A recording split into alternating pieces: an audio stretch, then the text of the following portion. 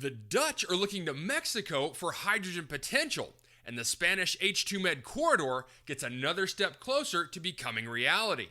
I'll go over these topics and give my thoughts on today's Hydrogen Podcast. So the big questions in the energy industry today are: how is hydrogen the primary driving force behind the evolution of energy? Where is capital being deployed for hydrogen projects globally? And where are the best investment opportunities for early adopters who recognize the importance of hydrogen? I will address the critical issues and give you the information you need to deploy capital. Those are the questions that will unlock the potential of hydrogen, and this podcast will give you the answers. My name is Paul Rodden, and welcome to the Hydrogen Podcast. I want to take a moment before I begin to thank Chemours for their support in Q3 and Q4 of this year. Their sponsorship helped us grow the podcast and continue to provide quality analysis, and we really appreciate what they offer to the hydrogen community. With that said, we're getting a jump on 2024 and would like to reach out to members of our audience that work in the hydrogen industry to pass our podcast on to their communications team for future sponsorship opportunities. Our focus is to continue to advocate for the hydrogen industry, and we need your support to do so. All I ask is that you ask them to check out our media page on our website at thehydrogenpodcast.com/media. And if you're a listener of the show and would like to make a small contribution to help out, one of our fans recommended a service that will help out, and I had William put a button at the top of our website called Support the Show. We really appreciate the support from everyone and hope you have a great end to 2023. Now, on with the show. In an article in Reuters.com, Mexico president says Danish fund to invest $10 billion in Mexico to produce green hydrogen. A Danish fund will invest $10 billion in a development hub in southern Mexico to produce green hydrogen for ships and to replace hydrocarbon use. Mexican President Andres Manuel Lopez Obrador said on Friday, November 24th. One of Lopez Obrador's key infrastructure projects is the development of an industrial corridor connecting the Pacific and Atlantic Oceans in the Mexico's poorer south. He says it's a financial economic fund from Denmark. They're going to invest in a development hub, $10 billion, because they're going to produce green hydrogen to replace hydrocarbons. This the president said in a press conference. In August, Lopez Obrador said that Danish asset manager Copenhagen Infrastructure Partners, or CIP, was going to begin construction of a green hydrogen plant in the southern port of Salina Cruz to supply ships with the fuel. At that time, the president did not mention the size of the investment, and a spokesperson for CIP said on Friday that its plans for Mexico were known. In a quote from CIP, "We can confirm that we are involved in a large-scale green hydrogen project in the Oaxaca region in Mexico. Further development will take place in collaboration with local authorities and partners." They also continued to say, "We will provide further updates as the project progresses."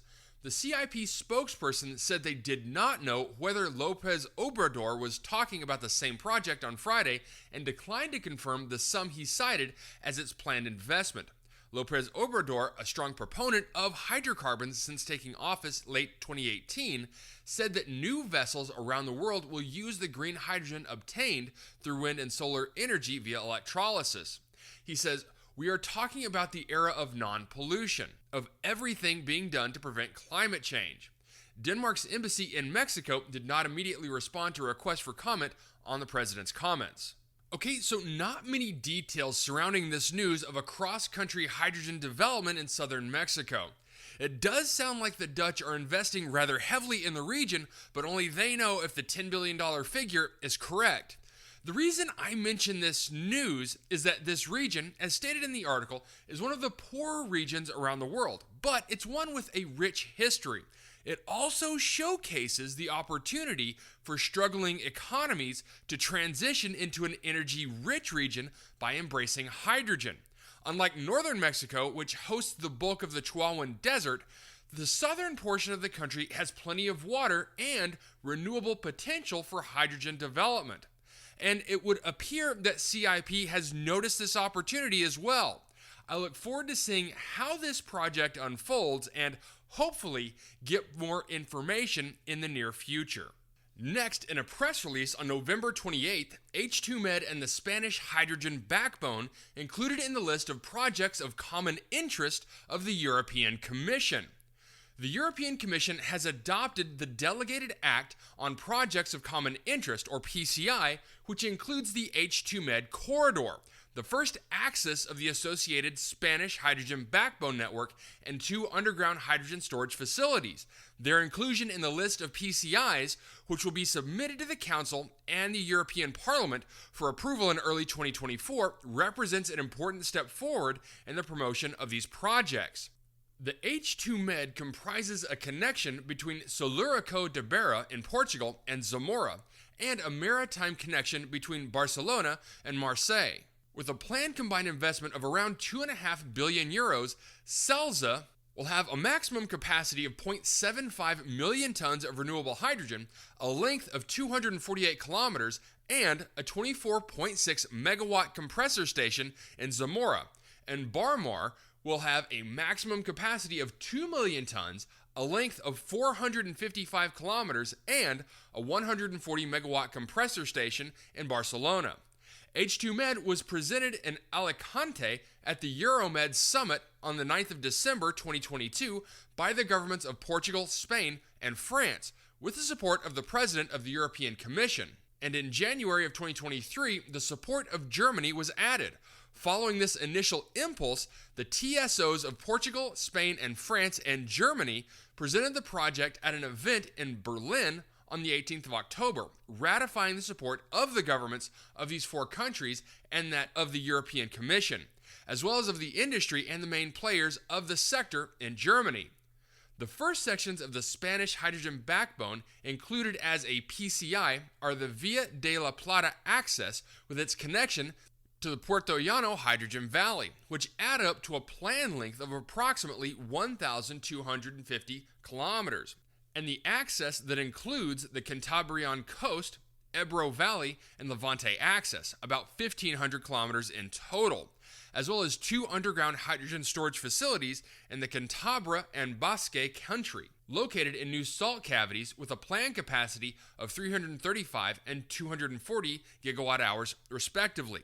The hydrogen backbone network projects, together with the storage facilities identified as necessary for its correct operation, involves an investment of around 4.6 billion euros.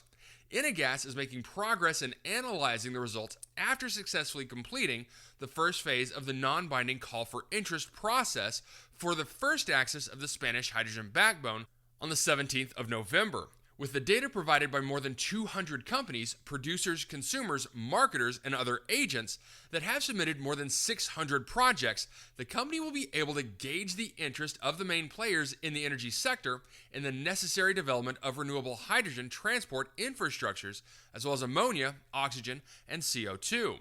The information provided in this call for interest will also make it possible to adjust the routes and to detect whether it's necessary to incorporate sections that were not initially included in the first axis presented.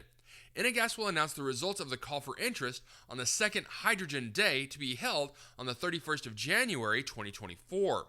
The inclusion of the H2Med corridor, the Spanish hydrogen backbone, and the 2 underground storage facilities in the PCI list, once it passes through the European Parliament and Council, will help it to make progress in fulfilling the Repower EU plan to achieve the European and Spanish goals of energy independence, industrial competitiveness, and decarbonization.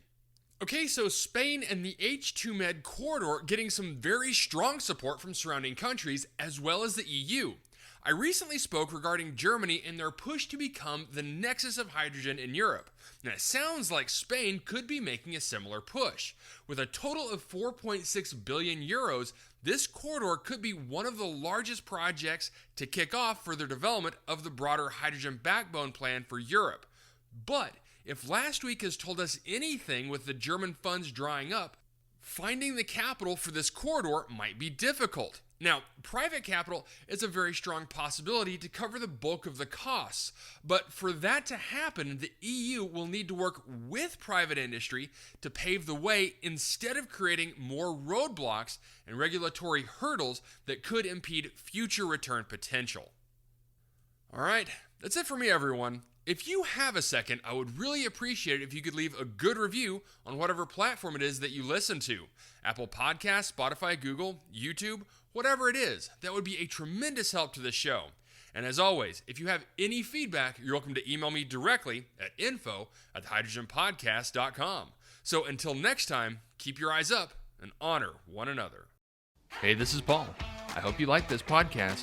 If you did and want to hear more, I'd appreciate it if you would either subscribe to this channel on YouTube or connect with your favorite platform through my website at www.thehydrogenpodcast.com.